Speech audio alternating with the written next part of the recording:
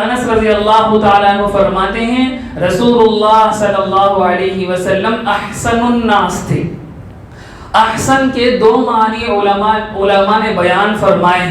ایک معنی یہ ہے کہ رسول اللہ صلی اللہ علیہ وسلم بہت زیادہ خوبصورت تھے، آپ سے زیادہ خوبصورتی کسی کو اللہ رب العزت نے عطا نہیں فرمائی تھی۔ حضرت یوسف علیہ السلام دنیا جہاں میں بہت زیادہ خوبصورت انسان گزرے ہیں، خود قرآن مجید نے اس کا تذکرہ سورہ یوسف کے اندر بڑی تفصیل سے کیا ہے کہ یوسف علیہ السلام کی مالکہ جس کا نام زلیخا لکھا گیا ہے، زلیخا یوسف علیہ السلام پر عاشق آ گئی تھی، اور وہ تھے غلام، وہ تھے یوسف علیہ السلام زلیخا کے غلام، تو غلام پر وہ عاشق آ گئی تھی، تو اس کی سہیلیاں، بستی والیاں، علاقے والیاں ملامت کرنے لگی کہ یہ کیسی مالکہ ہے، اتنے بڑے درجے پر ہونے کے باوجود اپنے غلام سے محبت کرتی ہے۔ تو اس کا علاج زلیخا نے یہ کرایا کہ سارے سہیلیوں کو، ساری عورتوں کو بلایا اور ان کی دعوت کی، سب کے ہاتھ میں پھل دے دیا اور سب کے ہاتھ میں کاٹنے کے لیے چھری بھی دے دی۔ جب وہ عین کاٹنے کا وقت تھا تو حکم دیا یوسف علیہ السلام کو باہر نکلنے کا۔ یوسف علیہ السلام باہر نکلے تو ان کی خوبصورتی میں وہ عورتیں اتنی مگن ہو گئی کہ ان کے ہوش اڑ گئے اور وہ پھل کاٹنے کے بجائے اپنی انگلیاں کاٹنے لگ گئیں۔ قرآن مجید اس واقعے کو بیان کرتا ہے۔ تو زلیخا ان لوگوں سے کہنے لگی فَذَلِكُنَّ الَّذِي لُمْتُنَّنِي فِيهِ، یہ وہی آدمی ہے جس کے بارے میں تم ملامت مجھے کرتے تھے، مجھے برا بھلا کہتے تھے کہ غلام سے کیسے یہ محبت کر رہی ہے۔ تو اما عائشہ فرماتی ہیں کہ وہ تو یوسف علیہ السلام کو ان عورتوں نے دیکھا تو اپنی انگلیاں کاٹ لی، اگر وہ عورتیں سرکار کے چہرے مبارک کی پیشانی کو بھی دیکھ لیتی تو اپنا دل چیر کر رکھ دیتی، اپنا سینہ چیر دیتی۔ تو نبی پاک صلی اللہ علیہ وسلم کی خوبصورتی کا یہ عالم ہے۔ حضرت انس رضی اللہ تعالیٰ عنہ فرماتے ہیں ایک دن 14ویں رات کا چاند تھا اور سرکار دو عالم صلی اللہ علیہ وسلم دھاری دار کپڑے پہنے ہوئے تشریف فرماتے، میں کبھی چاند کو دیکھتا، میں کبھی سرکار کو دیکھتا، مجھے سرکار سے زیادہ خوبصورت چاند نظر نہیں آیا۔ تو سرکار دو عالم صلی اللہ علیہ وسلم کی خوبصورتی کا یہ عالم تھا۔ ابھی ہم نے سیرت النبی کے اجلاس کے اندر مستقل طور پر 4 دن ہم نے بیانات کیے اور اس کے اندر بڑی تفصیل سے رسول اللہ صلی اللہ علیہ وسلم کی سیرت کے حوالے سے جو ہماری بنیادی ذمہ داریاں ہیں ان پر ہم نے بڑی تفصیل کے ساتھ ڈسکس کیا۔ اس میں میں نے محبت رسول کے عنوان سے رسول اللہ صلی اللہ علیہ وسلم سے محبت کوئی کیوں کرے اس کے اوپر میں نے بڑی تفصیل کے ساتھ اس وقت تفصیلات اور تشریحات بیان کی ہیں، میں ان تفصیلات میں دوبارہ نہیں جاؤں گا۔ بہرحال یہ ایک مطلب ہے رسول اللہ صلی اللہ علیہ وسلم سب سے زیادہ خوبصورت انسان تھے۔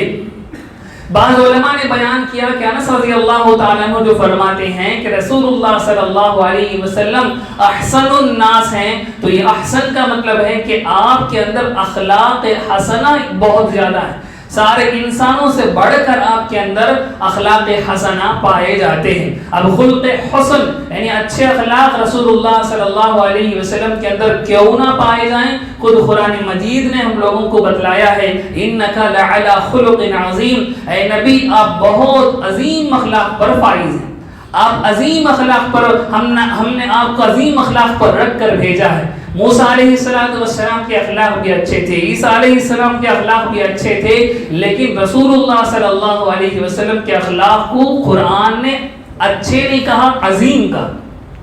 عظیم کا مطلب یہ ہے کہ رسول اللہ صلی اللہ علیہ وسلم جو اخلاق کی پیک ہوتی ہے، جو اخلاق کی چوٹی ہوتی ہے، اس پر رسول اللہ صلی اللہ علیہ وسلم کو اللہ نے بھیجا ہے۔ تو یہ مطلب ہے کان رسول اللہ صلی اللہ علیہ وسلم احسن الناس کا، کہ رسول اللہ صلی اللہ علیہ وسلم لوگوں میں سب سے زیادہ اچھے اخلاق والے ہیں۔ تو یہ پہلی چیز ہے، میں اس کو آج کی حالت پر بھی فٹ کر کے دکھاؤں گا، پہلے اس حدیث کو سمجھتے ہیں۔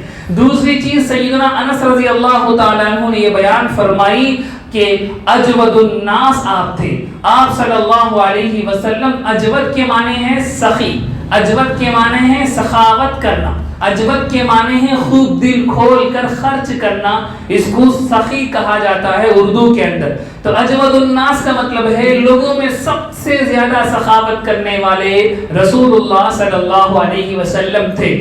آپ کے پاس جو بھی سائل حاضر ہوا آپ نے اسے کبھی نہ نہیں فرمایا، آپ کے پاس مانگنے والا جو بھی گیا اس کو کبھی بھی آپ صلی اللہ علیہ وسلم نے یہ نہیں فرمایا، آپ نے اس کی جتنی ہو سکی اتنی مدد فرمائی، اگر خود نہیں کر سکتے تو دوسروں سے انتظام کروایا۔ حضرت بلال رضی اللہ تعالیٰ عنہ رسول اللہ صلی اللہ علیہ وسلم کے پرسنل سیکریٹری تھے۔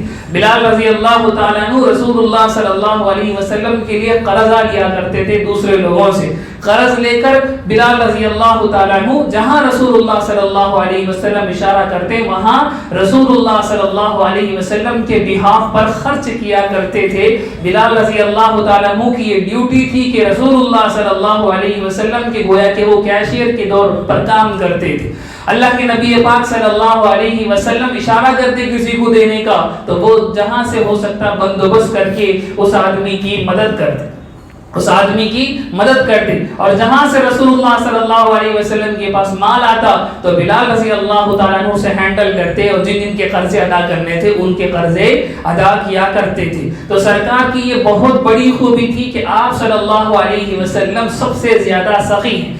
آپ نے بڑے بڑے سخاوت کرنے والے صحابہ کا نام سنا ہوگا لیکن سرکار کی سخاوت ان کے سامنے کوئی معنی نہیں رکھتی۔ تیسری چیز جو اس حدیث میں انس رضی اللہ تعالیٰ عنہ بیان فرماتے ہیں وہ یہ ہے کہ رسول اللہ صلی اللہ علیہ وسلم سب سے زیادہ بہادر تھے۔ رسول اللہ صلی اللہ علیہ وسلم کے اندر شجاعت کی صفت پائی جاتی تھی، بہادری کی صفت پائی جاتی تھی۔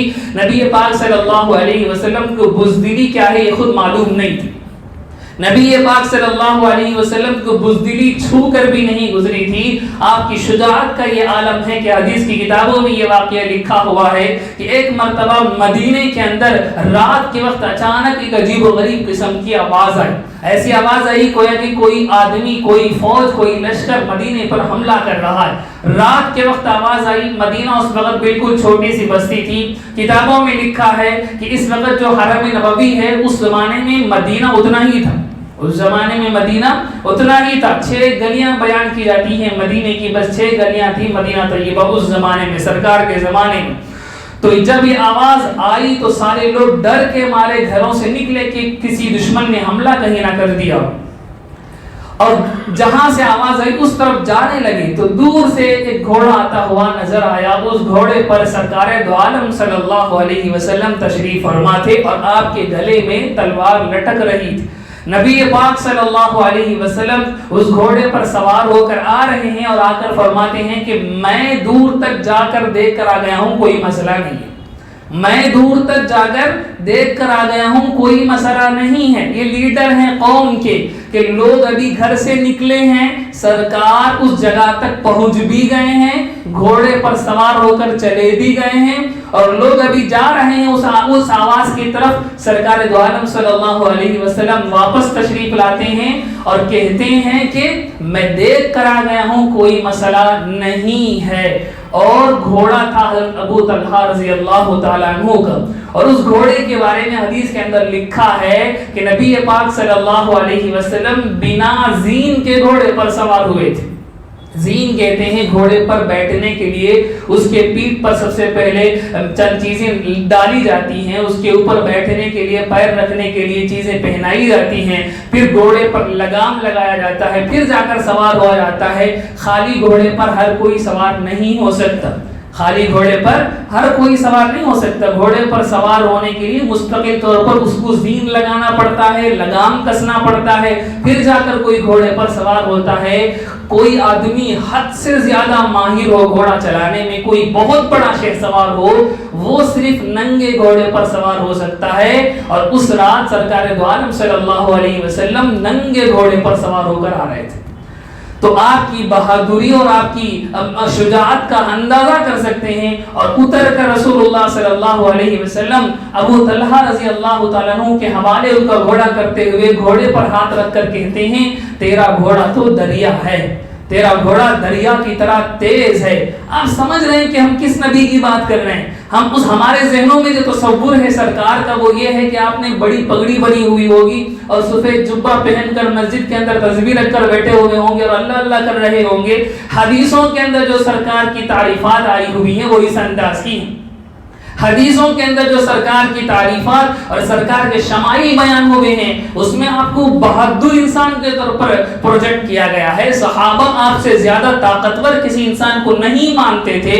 رسول اللہ صلی اللہ علیہ وسلم کے اوپر جب وحی نازل ہوتی تھی تو آقا علیہ الصلوۃ والسلام کے اوپر اتنا بوجھ ہوتا ہے کہ ایک صحابی فرماتے ہیں ایک موقع پر رسول اللہ صلی اللہ علیہ وسلم کا پیر مبارک میرے ران پر تھا اور آپ کے اوپر وحی نازل ہونی شروع ہو گئی تو اس وحی کا اتنا بوجھ مجھے محسوس ہونے لگا کہ میرے ران کی ہڈی کہیں ٹوٹ نہ جائے, میرے ران کی ہڈی کہیں ٹوٹ نہ جائے. یہ عالم تھا رسول اللہ صلی اللہ علیہ وسلم پر وحی اترنے کا. اور آپ سمجھ سکتے ہیں کوئی معمولی قسم کا دبلا پتلا مریل انسان اس کو فیل کر سکتا, اس کو محسوس کر سکتا ہے. میرے بھائیوں, نبی پاک صلی اللہ علیہ وسلم کی عظمتوں کا عالم ہم بیان نہیں کر سکتے.